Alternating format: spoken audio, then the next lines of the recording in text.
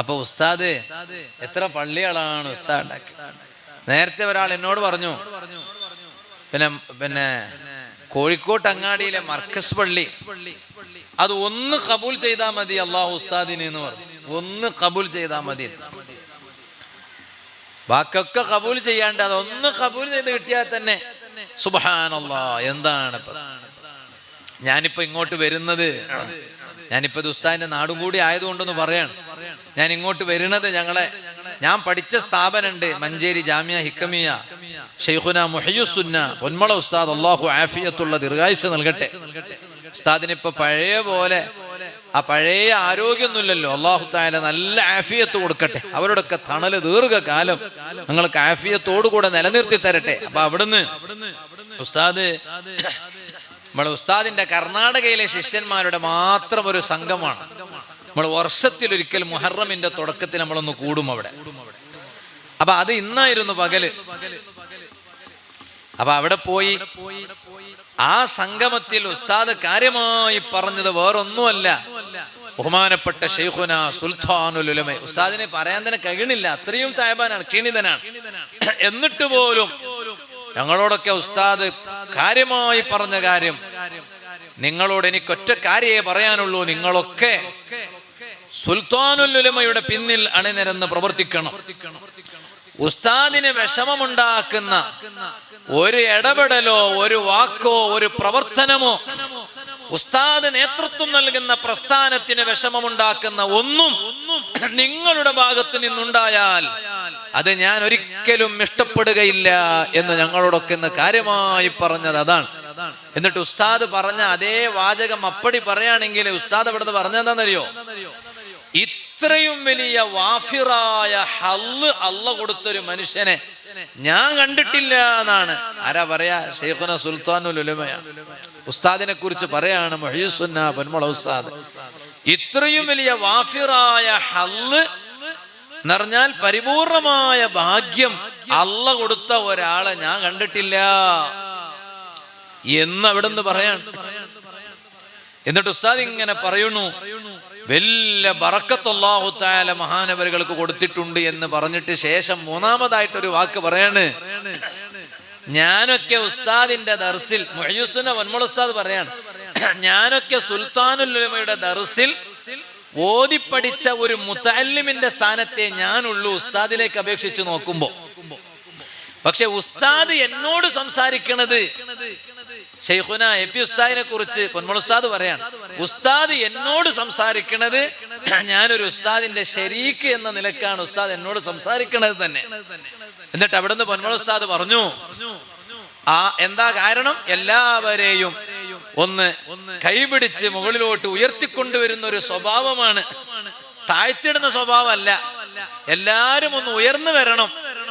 ഉയർന്നു വരുന്ന ആളുകളൊക്കെ ഒന്ന് ഒതുക്കി കളയാനല്ല നോക്കുക, ആ ഉയർന്നു വരുന്നവരൊക്കെ ഒന്ന് കൈപിടിച്ച് ഉയർത്തിക്കൊണ്ടുവരുന്ന സ്വഭാവം, ആ സ്വഭാവമാണ് ഉസ്താദിനെ ഉന്നത ദർജയിലേക്ക് എത്തിച്ചത് എന്ന് അഭിവന്യരായ ഗുരുവര്യർ ഷെയ്ഖുന മുഹയ്യിസുന്ന പൊന്മള ഉസ്താദ് അല്ലാഹു ആഫിയത്തുള്ള ദീർഘായുസ്സ് നൽകി അനുഗ്രഹിക്കട്ടെ. ഞങ്ങളോട് ഇന്ന് പറഞ്ഞിട്ട് ഇതെല്ലാം പറഞ്ഞതിന് ശേഷം ഞങ്ങളോട് പറയാണ്, നിങ്ങളോട് എനിക്ക് പറയാനുള്ളത് ഒറ്റ കാര്യമേ ഉള്ളൂ, നിങ്ങളൊക്കെ സുൽത്താനുൽ ഉലമയുടെ പിന്നിൽ അണിനിരന്ന് പ്രവർത്തിക്കണം.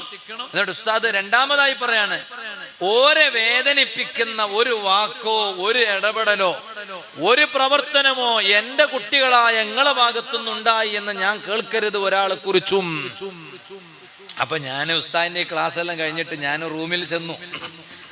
അപ്പൊ കുറച്ചു നേരം ഉസ്താദിനോട് സെപ്പറേറ്റ് ആയിട്ട് സംസാരിക്കാൻ ഞാൻ പറഞ്ഞു, ഇന്ന് കാന്തപുരത്ത് വേളാണ്, ഞാൻ ഇതവിടുന്ന് പറയുന്നു പറഞ്ഞു. അപ്പൊ എന്നോട് പറയണമെന്ന് പറഞ്ഞു. ഭയങ്കര സന്തോഷമായി. അപ്പൊ ഉസ്താദിനെ കുറിച്ച് പറയുമ്പോ പിന്നെ പൊന്മള ഉസ്താദിന് ക്ഷീണമൊന്നുമില്ല, ഭയങ്കര ക്ഷീണാണ്, വേണ്ടവർ സംസാരിക്കാൻ തന്നെ വലിയ പ്രയാസമാണ്. അല്ലാഹു ആഫിയത്ത് വർദ്ധിപ്പിക്കട്ടെ. അപ്പൊ എന്നിട്ട് ഞാൻ പറഞ്ഞു, എങ്ങനെ ഞാൻ അവിടെ ഇങ്ങനെ ഇതൊക്കെ പറഞ്ഞോട്ടെ, പറയണം, എനിക്കത് വലിയ സന്തോഷമാണ് എനിക്കതിൽ എന്നർത്ഥം. ഉസ്താദിനെ കുറിച്ച് പറയുമ്പോ അങ്ങനെയാണ്. അല്ലാഹുവേ നീ രണ്ടുപേർക്കും നല്ല സന്തോഷം നൽകണം റഹ്മാനെ. ഞാനിപ്പോ അതിലേക്ക് കിടക്കണില്ല. അപ്പൊ അൽഹംദുലില്ലാ ഞങ്ങളെ ഈ മഹത്തായ പള്ളി, സ്ത്രീകളൊക്കെ ഇതിന് സംഭാവനയൊക്കെ തന്നിട്ടുണ്ടാവില്ലേ അല്ലേ? അൽഹംദുലില്ലാ. കണ്ട എത്ര അല്ലേ, എല്ലാരും സ്വർണ്ണൊക്കെ തന്നു. സുബ്ഹാന ജല്ല ജലാലുഹു. അതാണ് ഉമ്മമാരെ, അള്ളാഹു നിങ്ങൾക്കൊക്കെ നല്ല ബർക്കത്തായിട്ട്. അതാ നേരത്തെ പറഞ്ഞത്, മാ ഖദ്ദമത് ലിഗദിൻ, നാളേക്ക് വേണ്ടി എന്താണ്, ഒക്കെ നാളേക്ക് വേണ്ടിയുള്ളതാണ്. ഇതൊക്കെ തന്നെയാണ് ഈ കൊടുക്കലും, ഇതൊക്കെയാണ് നാളേക്കുള്ളത്. നമ്മളെ ജീവിതത്തിൽ തെറ്റുകൾ അതൊക്കെ വന്നു പോകുന്നത് സ്വാഭാവികമാണ് ഇക്കാലത്തൊക്കെ ജീവിക്കുമ്പോ. പക്ഷെ എന്നാലും അതിന്റെ ഇടയിൽ നമ്മൾ ഇതുപോലത്തെ കുറെ നല്ല കാര്യങ്ങളൊക്കെ ചെയ്യാം. ആ ചെയ്യുമ്പോഴെന്താകും, അല്ലാഹു തആല ചെറിയ ചെറിയ പാപങ്ങളൊക്കെ ഇതുകൊണ്ട് അല്ലാഹു മായ്ച്ചു കളയും. അതാണ് പിന്നെ വലിയ തെറ്റുകളൊക്കെ ചെയ്യുമ്പോ അതിന് തൗബ ചെയ്യാം. ചെറിയ ചെറിയ തെറ്റുകളൊക്കെ ഈ നല്ലത് ചെയ്യുമ്പോ അല്ലാഹു തആല ഒക്കെ മായ്ച്ചു തരും, ഒക്കെ ഡിലീറ്റ് ചെയ്യണം, ഒക്കെ അല്ലാഹു തആല ഒഴിവാക്കി തരാണ്. അപ്പോ അൽഹംദുലില്ലാഹ്, അസ്മാ ബീവി റളിയല്ലാഹു അൻഹാ, എന്റെ ഉമ്മമാർ മനസ്സിലാക്കാൻ വേണ്ടി ഞാൻ പറയാണ്, സഹോദരിമാർ മനസ്സിലാക്കാൻ വേണ്ടി പറയാണ്. ആ സയ്യിദത്തുനാ ബീവി അസ്മാ റളിയല്ലാഹു അൻഹാ, ഞാൻ പറഞ്ഞല്ലോ സുബ്ഹിക്ക് ശേഷമുള്ള ദുആ, മഗ്രിബിന് ശേഷമുള്ള ദുആ, ആ ദുആ കഴിഞ്ഞതിന് ശേഷമുള്ള ദുആയിൽ പറയുന്നത് എന്താണ്? ഫഗ്ഫിർലി, നീ എനിക്ക് പുറത്തു തരണേ അല്ലാഹ്. നമ്മുടെ ഏറ്റവും പ്രധാനപ്പെട്ട ലക്ഷ്യം അതാകണം. പാപങ്ങൾ അല്ലാഹു തആല പുറത്തു തരണം. അത് പുറത്തു കിട്ടാൻ എന്തെല്ലാം നല്ല കാര്യങ്ങളുണ്ടോ അതെല്ലാം ചെയ്യണം. മുഹറം മാസത്തിലല്ലേ ഞാനും നിങ്ങളും ഉള്ളത്. ഇതാ വരാൻ പോകുന്ന വ്യാഴം അതുപോലെ വെള്ളിയും മുഹറം 9ഉം 10ഉമാണ്. അതേ താസുആഉം ആശൂറാഉമാണ്.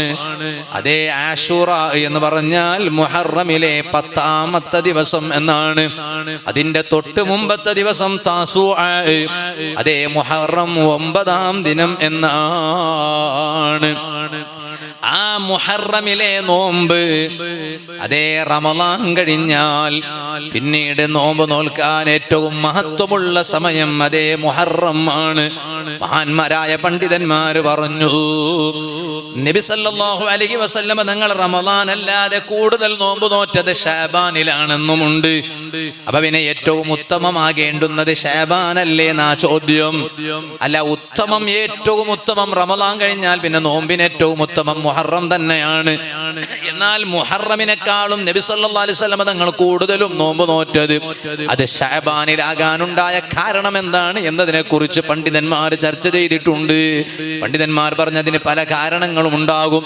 ചിലപ്പോൾ ആ മുഹറമിൽ കൂടുതൽ നോമ്പ് നോക്കാൻ നബി സല്ലല്ലാഹു അലൈഹി വസല്ലമ തങ്ങൾ അതാ നോൽക്കാതിരിക്കാൻ എന്തെങ്കിലും സബബുണ്ടാകും, ഉദ്റുണ്ടാകും, കാരണം ഉണ്ടാകും. ഇരിക്കട്ടെ, ഞാൻ പറഞ്ഞു വന്നത് ഏറ്റവും മഹത്വം റമളാൻ കഴിഞ്ഞാൽ പിന്നെ മുഹറമാണ്. ആ മുഹറമിൽ അതേ ആശൂറാ ദിവസത്തിലെ നോമ്പ്, ആ നോമ്പ് നോറ്റാൽ കിട്ടുന്ന നേട്ടം എന്താണ്? ഇമാം മുസ്ലിം റളിയല്ലാഹു അൻഹു സ്വഹീഹ് മുസ്ലിമിൽ റിപ്പോർട്ട് ചെയ്ത ഹദീസിൽ കാണാം. അതേ അന്നല്ലാഹു തആല യുകഫിറു സനതൽ മാദിയ, ആ മുഹറമിലെ 10ാമത്തെ ദിവസം ആശൂറാ ദിവസം നോമ്പ് നോറ്റാൽ കഴിഞ്ഞ ഒരു വർഷക്കാലം ജീവിതത്തിൽ വന്നുപോയ പാപങ്ങൾ അല്ലാഹു തആല പുറത്തു തരികയാണ്. അല്ലാഹ് അതങ്ങ് പുറത്തു തരുന്നു. കണ്ടില്ലേ നിങ്ങള്, അത് ഒരു നോമ്പ് നോറ്റാൽ ഒരു വർഷത്തിന്റെ പാപം അല്ലാഹ് പുറത്തു തരാണ്. അതാണ് ഞാൻ പറയുന്നത്, ജീവിതത്തിൽ ചിലപ്പോൾ തെറ്റുകൾ വന്നു പോകുന്നത് സ്വാഭാവികമാണ്. പക്ഷേ ആ തെറ്റുകളെല്ലാം നമ്മുടെ നല്ലതുകൊണ്ട് അല്ലാഹു തആല മായ്ച്ചു കളയണം. അതിന് കാരണങ്ങൾ പലതുമുണ്ട്. അതിൽ ഒരു കാരണമാണ് അതേ മുഹറമിലെ 10ന്റെ അന്നത്തെ നോമ്പ്. ആ നോമ്പ് നോക്കുന്നതോടൊപ്പം മുഹറമിലെ 9ാം ദിനത്തിലെ നോമ്പ്, താസുആയിലെ നോമ്പ്, ആ നോമ്പ് അനുഷ്ഠിക്കണം എന്നും മഹാന്മാർ പറഞ്ഞു. കാരണം നബി സല്ലല്ലാഹു അലൈഹി വസല്ലം തങ്ങൾ പറഞ്ഞു, ലൈൻ ബഖീതു ഇലാ ഖാബിൽ അസൂമന്ന താസിഅ, അടുത്ത വർഷം ഞാൻ ബാക്കിയുണ്ടെങ്കിൽ മുഹറം 9നും ഞാൻ നോമ്പ് അനുഷ്ഠിക്കും. പക്ഷേ നബി സല്ലല്ലാഹു അലൈഹി വസല്ലം തങ്ങൾ ഫമാ തഖബലഹു, അങ്ങനെയാണ് സൈനുദ്ദീൻ മഖ്ദൂം തങ്ങൾ പറഞ്ഞത് തന്നെ. അതിനു മുമ്പ് നബി സല്ലല്ലാഹു അലൈഹി വസല്ലം തങ്ങൾ വഫാത്തായി എന്നാണ്. പക്ഷെ എന്നാലും അവിടുന്ന് ആഗ്രഹം പ്രകടിപ്പിച്ചു. അപ്പൊ മുഹറം 9നും സുന്നത്തുണ്ട്. അവിടെ തന്നെ മഹാനവറുകൾ പറഞ്ഞു വൽ ഹിക്മത്തു മുഖാലഫത്തുൽ യഹൂദ്. എന്തിനാണ് 10ന്റെ കൂടെ 9നും നോമ്പ് നോൽക്കാൻ കാരണം? അതങ്ങനെ ആഗ്രഹം നബി സല്ലല്ലാഹു അലൈഹി വസല്ലം തങ്ങൾ പ്രകടിപ്പിക്കാനുണ്ടായ കാരണം എന്താണ്? ആ കാരണം പറഞ്ഞത് അതിന്റെ പിന്നിലെ ഹിക്മത്ത് എന്താണ്? മുഖാലഫത്തുൽ യഹൂദ്. അതേ യഹൂദികളോടുള്ള വിരോധമാണ്, ജൂതന്മാരോടുള്ള വിരോധമാണ്. നമ്മൾ അവരെ പോലെ ആകരുത്. അവരാണെങ്കിലോ അവരതാ മൂസാ നബി അലൈഹി സ്വലാമിന്റെ പേരും പറഞ്ഞിട്ട് അവരതാ മുഹറം 10 നോമ്പ് അനുഷ്ഠിക്കാറുണ്ട്. നമ്മൾ അതിനേക്കാൾ അഹക്കായവർ, ഹക്കുള്ളവർ, മൂസാ നബി അലൈഹി സ്വലാമിനോട് ബന്ധമുള്ളവർ നമ്മളാണ് എന്ന് കരുതിയിട്ട് യഹൂദികളെ പോലെ നമ്മളാകരുത്. ആ മുഹറം 10ന്റെ കൂടെ അതാ മുഹറം 9നും നോമ്പ് നോക്കണം എന്ന് നബി സല്ലല്ലാഹു അതേ മഹാന്മാര് പഠിപ്പിച്ചു. ഇനി ഒരാൾ മുഹറം 9ന് നോറ്റില്ല എന്ന് കണ്ടാലോ 10ന് നോറ്റു. 10ന് നോമ്പ് അനുഷ്ഠിച്ചാൽ മുഹറം 11നും നോമ്പ് നോൽക്കൽ സുന്നത്തുണ്ട് എന്ന് മഹാന്മാർ പറഞ്ഞു. ഇനി മുഹറം 9ന് നോറ്റാലും 9ന് നോറ്റാലും 10ന് പുറമെ 11നും നോമ്പ് നോക്കൽ സുന്നത്തുണ്ട് എന്ന് മഹാന്മാർ പറഞ്ഞു. അപ്പൊ 9നും നോക്കണം, 10നും അനുഷ്ഠിക്കണം, 11നും അനുഷ്ഠിക്കണം. അതെന്തിനാണ് പിന്നെ 11ന് അനുഷ്ഠിക്കേണ്ട ആവശ്യം? അതിൽ ഖബറിൻ ഫീഹി, അതിൽ ഹദീസ് ഉണ്ട്. 9നും 10നും അതിന് പുറമെ 11 നോക്കണമെന്ന് ഇമാം അഹ്മദ് റളിയല്ലാഹു അൻഹു റിപ്പോർട്ട് ചെയ്ത ഹദീസിൽ കാണാം. അപ്പൊ ആ നോമ്പിനൊക്കെ വലിയ മഹത്വമുണ്ട്. ഞാനിപ്പോൾ അതിലേക്ക് കടക്കുന്നില്ല. ഞാൻ പറഞ്ഞു വന്നത് അവിടെ നിങ്ങൾ നോക്കൂ, മുഹറം 10ലെ ആ നോമ്പ് കഴിഞ്ഞ ഒരു വർഷം പാപങ്ങൾ അല്ലാഹു തആല പുറത്തു തരും എന്ന് നബി സല്ലല്ലാഹു അലൈഹി വസല്ലം തങ്ങൾ പറഞ്ഞു. ഇതുപോലെ എത്ര കാര്യങ്ങളാണ്. അതേ ബാങ്ക് കൊടുത്താൽ ഇഖാമത്തിന് മുമ്പായി അതേ ആയത്തുൽ ഖുർസി ഓതൽ സുന്നത്താണെന്ന് ഇമാം റുയാനി റളിയല്ലാഹു അൻഹു പറഞ്ഞു. അതേ ബാങ്കിന് ശേഷം ഇഖാമത്തിന് മുമ്പായി അതേ ആയത്തുൽ ഖുർസി ഓതൽ സുന്നത്താണ് എന്ന് ഇമാം റുയാനി റളിയല്ലാഹു അൻഹു തങ്ങൾ പറഞ്ഞു എന്ന് മഹാന്മാര് പഠിപ്പിച്ചു. എന്നിട്ട് അതിന് ശേഷം പറയുന്നത് കാണാം, എന്തിനാണ് ബാങ്കിന്റെയും ഇഖാമത്തിന്റെയും ഇടയിൽ ആയത്തുൽ ഖുർസി ഓതൽ നല്ലതാണെന്ന് പറയാൻ കാരണം, അങ്ങനെ ഓതിയാൽ 2 നിസ്കാരത്തിന്റെ ഇടയിലുള്ള പാപങ്ങൾ അല്ലാഹു തആല പുറത്തു തരും. ആ പാപങ്ങൾ അല്ലാഹു എഴുതൂല, അത് റെക്കോർഡ് ചെയ്ത് വെക്കൂല. അല്ലാഹു തആല മാപ്പ് തരാണ്. എന്തുകൊണ്ട്? ആയത്തുൽ ഖുർസി ഓതിയതിന്റെ പവറാണ്. ഇങ്ങനെ എത്ര അതാ നല്ലത് ചെയ്താൽ അല്ലാഹു തആല തിന്മകളെ മായ്ച്ചു കളയാണ്. അതെല്ലാം ചെറിയ പാപങ്ങളാണ്. എന്നാൽ അതിനെ പുറമെ ഇടയ്ക്കിടയ്ക്ക് തൗബ ചെയ്യാൻ നല്ല സമയം കണ്ടെത്തണം. ഓ ഉമ്മമാരെ, പഴയ കാലത്തെ ഉമ്മമാരോ വെള്ളിയാഴ്ച രാവ് അവർ പുറത്തു പോകാറില്ല. ഇന്നിപ്പോ വെള്ളിയാഴ്ചയും ശനിയാഴ്ചയും എല്ലാ ആഴ്ചയും കണക്കാണ്. പഴയ കാലത്തെ ഉമ്മമാര് വെള്ളിയാഴ്ച രാവ് പുറത്തു പോകാറില്ല. ഇനി അതാ വ്യാഴാഴ്ച പകല് പോയാൽ തന്നെ അവരുടെ വീട്ടിലെ അമ്മായിമ്മമാര്, അതാ ഭർത്താവിന്റെ ഉമ്മമാര്, അതുപോലെ സ്വന്തം ഉമ്മമാര് അതാ മക്കളോടും മരുമക്കളോടും പറയും, വെള്ളിയാഴ്ച രാവാണ് ട്ടാ, നേരത്തെ എത്തണം, മഗ്‌രിബിന് മുമ്പായിട്ട് എത്തണം എന്ന് പറയുന്ന കാരണം അന്ന് ആ വീട്ടിൽ നല്ല സദസ്സാണ്, ഖുർആൻ ഓത്തുണ്ടാകും. കാരണം മരിച്ചവരുടെ ആത്മാവ് വീട്ടിന്റെ വാതിൽക്കൽ വന്നിട്ട് എന്തെങ്കിലും കിട്ടുമോ എന്ന് പ്രതീക്ഷിക്കുന്ന രാവാണത്. അതുകൊണ്ട് അവിടുന്ന് യാസീൻ ഓതും. അതിന് പുറമെ ഖുർആനിലെ മറ്റു സൂറത്തുകൾ പാരായണം ചെയ്യും. അതിന് പുറമെ തൗബ ചെയ്യും. ഇന്ന് എവിടുന്നാണ് തൗബ കേൾക്കുന്നത്? പഴയ കാലത്തെ വീടുകളിൽ നിന്നൊക്കെ എത്രയാണ് തൗബയുണ്ടായിട്ടുള്ളത്? ഇന്ന് ഞങ്ങളെ വീടുകളിൽ നിന്ന് തൗബ കേൾക്കാറുണ്ടോ? തൗബ വേണം. കാരണം തൗബ ഉണ്ടായാലേ വലിയ വലിയ പാപങ്ങൾ അല്ലാഹു തആല പുറത്തു തരുള്ളൂ. അതേ സമയത്ത് ചെറിയ പാപങ്ങളോ നമ്മൾ ചെയ്യുന്ന നന്മകളെ കൊണ്ട് അല്ലാഹു തആല പുറത്തു തരാണ്. അപ്പോഴും അതാ വലിയ വലിയ പാപങ്ങൾ ബാക്കിയാണ്. ആ പാപങ്ങൾ അല്ലാഹു തആല പുറത്തു തരണമെങ്കിൽ തൗബ വേണം. ആ തൗബക്ക് നല്ല സമയം കണ്ടെത്തണം ഉമ്മമാരെ. പഴയ കാലത്തെ ഉമ്മമാരെങ്ങനെയായിരുന്നു? വെള്ളിയാഴ്ച രാവിലെ അവരിങ്ങനെ തൗബ ചെയ്യും. എന്റെ കാരണം അവരുടെ എല്ലാവരുടെയും പ്രയാസം അതാണ്. തെറ്റ് ചെയ്തത് അല്ലാഹു തആല പുറത്തു തന്നിട്ടുണ്ടോ? അതാണ് ഉമ്മമാരോട് ഞാൻ പറഞ്ഞത്. അസ്മാ ബീവി റളിയല്ലാഹു അൻഹയെ കുറിച്ച് ഞാൻ പറഞ്ഞില്ലേ, അത് പറഞ്ഞത് ഗാർ സൗറിന്റെ കഥ ചരിത്രം പറയാൻ മാത്രമല്ല. ആ അസ്മാ ബീവി റളിയല്ലാഹു അൻഹ നബി സല്ലല്ലാഹു അലൈഹി വസല്ലം തങ്ങൾ ഗുഡ് സർട്ടിഫിക്കറ്റ് കൊടുത്ത മഹദിയാണ് അസ്മാ ബീവി റളിയല്ലാഹു അൻഹ. ആ അസ്മാ ബീവി റളിയല്ലാഹു അൻഹാക്ക് പേടിക്കാനില്ലല്ലോ ഉമ്മമാരെ, പേടിക്കാനുണ്ടോ? ഇല്ല. ഇന്നിപ്പോൾ നമ്മുടെ സമുദായത്തിലെ സഹോദരിമാർ, ഞാൻ പറയട്ടെ, കുറ്റപ്പെടുത്തുകയല്ല, വിഷമിക്കുകയല്ല, സഹോദരിമാരോട് ഞാൻ പറയട്ടെ, ഒരിക്കലും ദീൻ അനുസരിച്ച് നടക്കാതിരിക്കൽ ഒന്ന് വേറെയാണ്. അത് ചിലപ്പോ അല്ലാഹു തആല നമുക്ക് ചിലപ്പോ എന്തെങ്കിലും പുറത്തു തരും. എന്നാൽ ദീനിന്റെ നിയമങ്ങളെ വെറുത്തുകൊണ്ട് സംസാരിക്കുന്ന സ്വഭാവം ഒരിക്കലും മുസ്ലിം സഹോദരിമാരിൽ നിന്നുണ്ടാകാൻ പാടില്ല. അത് ഒരു ചാനൽകാരന്റെ മുന്നിലും ആകാൻ പാടില്ല, ഒരാളെ മുന്നിലാകാൻ പാടില്ല. ഇന്നിപ്പോ ഈ ഒരു വസ്വാസ് തുടങ്ങിയതാ. എവിടെയും സ്വസ്ഥമായിട്ടൊന്നും നടക്കാൻ പറ്റൂല. അപ്പോഴേക്ക് ക്യാമറയും പിടിച്ചു വന്നിട്ടായി. ഓനെ ആരാ ഏൽപ്പിച്ചത്? ക്യാമറയും പിടിച്ചു വന്ന ഓരോ ചോദ്യം ചോദിക്കുകയാണ്. ചാനലുകാരെ കുറിച്ചല്ല ഞാൻ ഈ പറയണത്. അതിന് എന്തോ പേരൊക്കെ ഉണ്ട്, ഇംഗ്ലീഷിൽ എന്തൊക്കെ പേര്. എന്നിട്ട് ഇങ്ങനെ വരികയാണ്. വന്നിട്ട് കണ്ടു കാണുന്ന ആണുങ്ങളെ മുന്നിലും പെണ്ണുങ്ങളെ മുന്നിലും ഒക്കെ വന്നിട്ട് കല്യാണം കഴിച്ചവരോടും കല്യാണം കഴിക്കാത്തവരോടും ഒക്കെ വന്നിട്ട് ചോദിക്കണം, ആരാ ഇവൻക്ക് ഇങ്ങനെ അധികാരം കൊടുത്തത് കണ്ടു കാണുന്നവരെ മുന്നിൽ മൊബൈലും പിടിച്ച് വരാൻ എന്ന് ഞങ്ങൾ ചോദിച്ചാൽ ഞങ്ങളുടെ വെറുപ്പുണ്ടാവും. എന്ന് ചോദിച്ചാൽ ട്രോൾ ചെയ്യപ്പെടും. അങ്ങനെയുള്ളൊരു കാലാണല്ലോ ഇന്നിപ്പോ. ദീന് പറഞ്ഞാൽ അതാണ് അവസാന കാലം വന്നാൽ ദീനനുസരിച്ച് നടക്കുക, ദീന് പറയാന്നൊക്കെ പറഞ്ഞാൽ കയ്യില് തീ കഷ്ണം അത് തന്നാൽ എത്ര പ്രയാസമാണോ, അതാണ് അവസാന കാലം ദീനനുസരിച്ച് നടക്കുന്നവർക്ക് എന്ന് ലോക നേതാവായ റഹ്മത്തുൽ ആലമീൻ മുഹമ്മദുർ റസൂലുള്ളാഹി സ്വല്ലല്ലാഹു അലൈഹി വസല്ലം. ഇനിയിപ്പോ ദീനനുസരിച്ച് പറഞ്ഞാൽ അപ്പോൾ ട്രോൾ ചെയ്യപ്പെടും, ദീനിന്റെ നിയമം പറഞ്ഞാൽ അപ്പോൾ ട്രോൾ ചെയ്യപ്പെടും. അപ്പൊ അങ്ങനെയുള്ളൊരു കാലാണ് ഈ ഇത് ക്യാമറയും പിടിച്ചിട്ട് കണ്ടു കാണുന്ന പെൺകുട്ടികളെ മുന്നിൽ വന്നിട്ട് ഓരോന്നിങ്ങനെ ചോദിക്കുകയാണ്. അതിന് യൂട്യൂബിന്റെ ചാനലും അതിനിങ്ങനെ വ്യൂസ് കൂട്ടാനും എന്തൊക്കെ ചോദിക്കുകയാണ്. പാവം നമ്മുടെ മക്കളെ പറഞ്ഞിട്ട് കാര്യമുണ്ടോ? അവർ ആ സമയത്ത് എന്ത് ചെയ്യണമെന്ന് അവർക്ക് തോന്നുന്നില്ല. ആ സമയത്ത് ചിലപ്പോൾ എന്തൊക്കെയോ വിളിച്ചു പറഞ്ഞു പോകും. അതിന് അവരെ കുറ്റപ്പെടുത്തിയിട്ട് കാര്യമില്ല. ആ സമയത്ത് എന്ത് ചെയ്യണം ചിലപ്പോൾ അവർക്ക് തോന്നിക്കൊള്ളുന്നില്ല.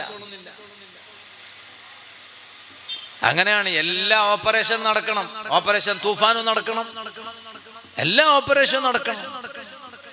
ഇപ്പൊ കണ്ടില്ലേ, ഇതിലൊക്കെ സുബ്ഹാനല്ലാഹ് കേൾക്കുമ്പോ ഞെട്ടിപ്പോവാണ്.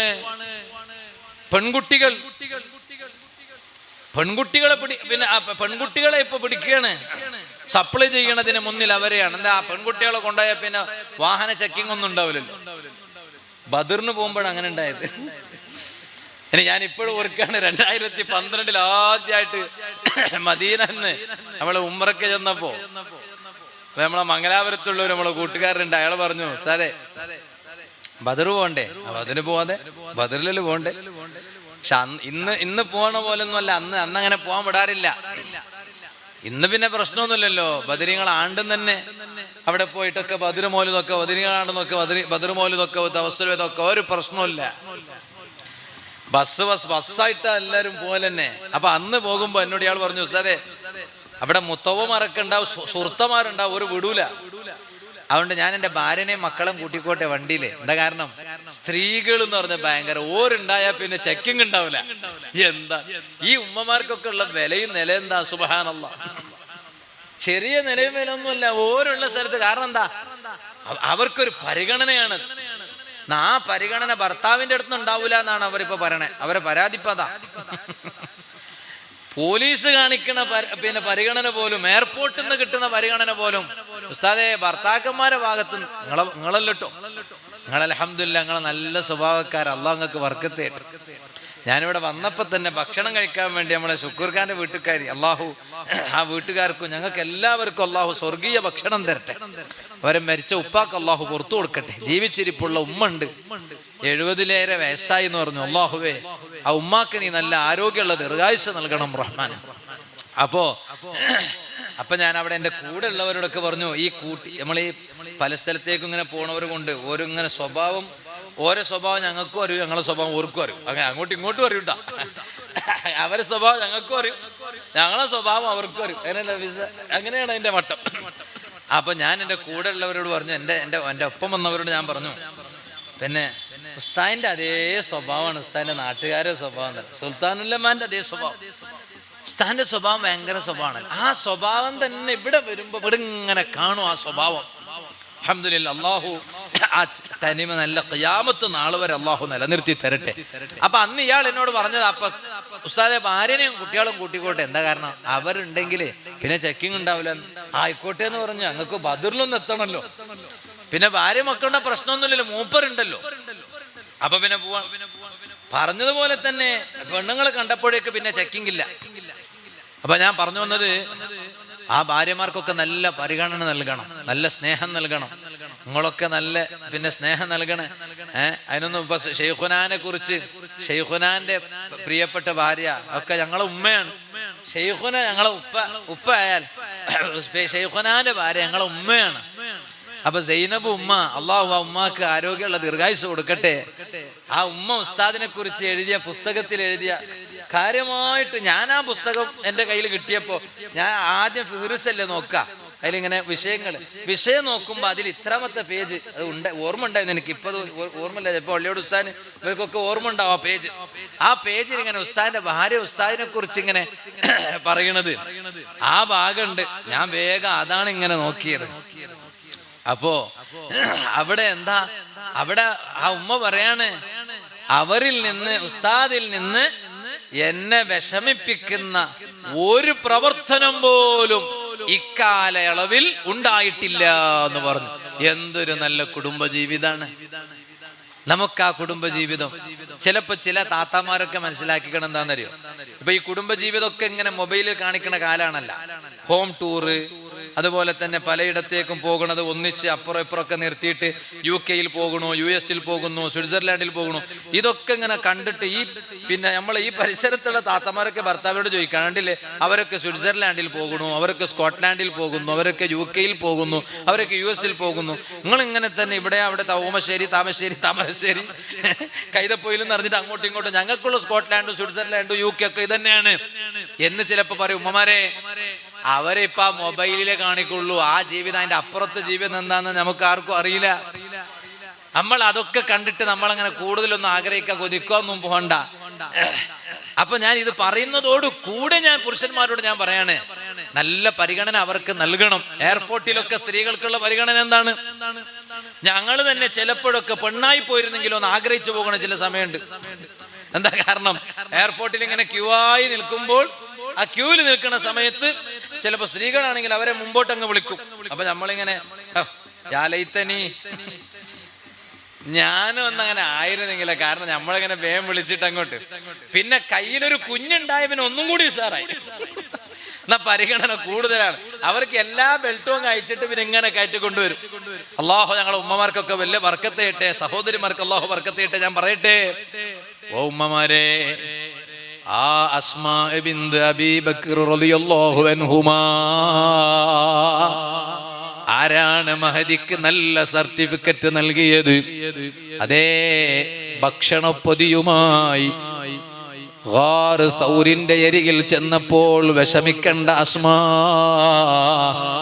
ഇതിന് പകരമുള്ള അരട്ടപ്പെട്ട സ്വർഗ്ഗത്തിൽ അല്ലാഹു ഡബൽ തരും എന്ന് പറഞ്ഞ് ഗുഡ് സർട്ടിഫിക്കറ്റ് കൊടുത്ത നേതാവാണ് റഹ്മത്തുൽ ലിൽ ആലമീൻ സയ്യിദുൽ വറാ നബി മുഹമ്മദുർ റസൂലുള്ളാഹി സ്വല്ലല്ലാഹു അലൈഹി വസല്ലം. അതിന് പുറമെ അസ്മാ ബീവി റളിയല്ലാഹു അൻഹയുടെ അതേ പിതാവ് ആരാണ്? സയ്യിദുനാ അബൂബക്കർ സിദ്ദീഖ് റളിയല്ലാഹു അൻഹു സാനിയ സ്നൈനി ഇദ്ഹുമാ ഫിൽ ഗാർ. ആ സിദ്ദീഖുൽ അക്ബർ തങ്ങളെ കുറിച്ച് വേറെന്താ പറയാനുള്ളത്? ആ സിദ്ദീഖുൽ അക്ബർ തങ്ങളെ പവർ എന്താണ്? മദീന മുനവ്വറയിൽ ചെന്നാൽ നബി സല്ലല്ലാഹു അലൈഹി വസല്ലം തങ്ങൾക്ക് സലാം പറഞ്ഞാൽ പിന്നെ അദാ ഹുനാ അസ്സലാമു അലാ അബീ ബക്കറിൻ റളിയല്ലാഹു അൻഹു, പിന്നെ രണ്ടാമത്തെ സലാം ലോക മുഅ്മിനുകൾ പറയുന്നത് ആർക്കാണ്? സയ്യിദുനാ അബൂബക്കർ സിദ്ദീഖ് റളിയല്ലാഹു അൻഹു തങ്ങൾക്കാണ്. ആ അത്രയും കൂടുതൽ സ്വലാത്ത് സലാം കിട്ടുന്നവരാരാണുള്ളത്? എത്ര തിരക്കാണ് അവിടെ ഉള്ളത്? ചെറിയ തിരക്കാണോ? ആ തിരക്കുകൾ ഉണ്ടായെങ്കിലും തിരക്കുള്ളത് കൊണ്ട് സലാം പറയാൻ പോകണ്ടെന്ന് ആരും കാണൂല, ആരും അതാ അങ്ങനെ ചിന്തിക്കാറില്ല. എത്ര തിരക്കാണെങ്കിലും സുബ്ഹാനല്ലാഹ്. അതേ ഹജ്ജിന്റെ സമയത്ത് മദീനയിൽ പോകുന്ന അവർക്ക് തിരക്കിന്റെ അനുഭവം അറിയാം. ഇതുപോലെ തന്നെ പരിശുദ്ധ റമദാനിലെ തിരക്കിന്റെ അനുഭവം അറിയാം. ആ തിരക്കുകളൊക്കെ ഉണ്ടെങ്കിലും, എന്ത് തിരക്കുണ്ടെങ്കിലും ഒന്ന് പോയി സലാം പറയണമെന്ന് ആഗ്രഹിക്കുന്ന സ്ഥലം, അവിടെ നബി സല്ലല്ലാഹു അലൈഹി വസല്ലം തങ്ങൾക്ക് സലാം പറഞ്ഞാൽ പിന്നെ ജനങ്ങളുടെ ആഗ്രഹം അസ്സലാമു അലാ അബീ ബക്കർ റളിയല്ലാഹു അൻഹു, അമീറുൽ മുഅ്മിനീൻ സയ്യിദുനാ അബൂബക്കർ സിദ്ദീഖ് റളിയല്ലാഹു അൻഹു തങ്ങൾക്ക് സലാം പറയലാണ്. ആ സിദ്ദീഖുൽ അക്ബർ റളിയല്ലാഹു അൻഹു തങ്ങളുടെ പ്രിയപ്പെട്ട മകളാണല്ലോ അസ്മാ ബീവി റളിയല്ലാഹു അൻഹാ. ആ അസ്മാ ബീവി റളിയല്ലാഹു അൻഹ പോലും അതാ തലയുടെ മേലെ കൈ വെച്ചു പോയി, തലയുടെ മേലങ്ങ് കൈ വെച്ചു പോയി.